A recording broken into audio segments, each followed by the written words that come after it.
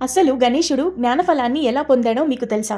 ఒకరోజు కైలాసంలో శివుడు మరియు పార్వతీదేవి భక్తులకి ఉపదేశం ఇస్తూ ఉండగా నారదముని అక్కడికి విచ్చేసి నారాయణ నారాయణ అంటూ అక్కడ శివయ్యకి జ్ఞానఫలం గురించి బోధిస్తాడు.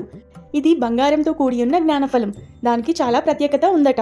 ఎవరైతే ఈ జ్ఞానఫలాన్ని తింటారో వారికి అపారమైన బుద్ధి, జ్ఞాపక శక్తి లభిస్తాయట.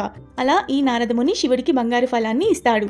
అయితే శివుడు ఈ ఫలాన్ని తన ఇద్దరు కుమారులు గణేశుడు మరియు కుమారస్వామికి ఇవ్వాలని అనుకున్నాడు. కానీ ఒక షరతు పెడతాడు. ఈ ప్రపంచాన్ని ఎవరు ముందుగా 3 సార్లు ప్రదక్షిణ చేస్తారో వారికే ఈ జ్ఞానఫలం లభిస్తుందని చెప్తాడు. ఇక పోటీ అయితే ప్రారంభమైందట.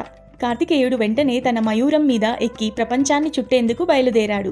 గణేశుడు మాత్రం తన చిన్న ఎలుక వాహనంతో ఆలోచనలో పడిపోయాడు. గణేశుడికి జ్ఞానం కొంతసేపటి తర్వాత గణేశుడు తన తల్లిదండ్రులైన శివుడు, పార్వతి చుట్టూ 3 సార్లు ప్రదక్షిణ చేశాడు. అలా ప్రదక్షిణ చేసిన తర్వాత అమ్మా, నాన్న, నాకు మీరే నా ప్రపంచం అని చెప్పేసి గణేశుడు అంటాడు. అలా గణేశుడి అపూర్వమైన జ్ఞానాన్ని చూసి శివుడు మరియు పార్వతీదేవి ఎంతో సంతోషించారు. ఆయన చూపిన భక్తి, వినయం మరియు ఆలోచనలోని గొప్పతనాన్ని మెచ్చుకున్నారు.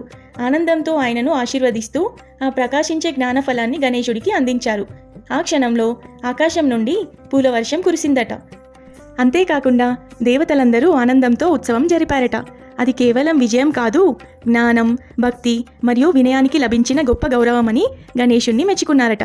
తర్వాత కార్తికేయుడు వచ్చి ఈ విషయాన్ని తెలుసుకొని గణేశుడి తెలివిని అంగీకరించాడట.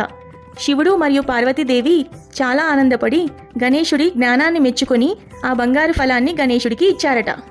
సో మనకి ఇందులో నీతి ఏంటంటే వేగం కంటే జ్ఞానం గొప్పది. అలాగే మన తల్లిదండ్రులను కూడా మనము దైవంతో సమానంగా చూస్తాము గనక తల్లిదండ్రులే మనకు నిజమైన ప్రపంచమని ఈ కథలో మనకు తెలియజేస్తుంది. ఇంకా లేటెందుకు, ఈ వీడియో కనుక మీకు నచ్చినట్లయితే లైక్ చేయండి, షేర్ చేయండి, సబ్స్క్రైబ్ చేయండి అండ్ కమెంట్ బాక్స్లో ఓం గణాధిపతయే నమః అని కమెంట్ చేయండి. మరిన్ని అప్డేట్స్తో మీ ముందుంటాను. బాయ్.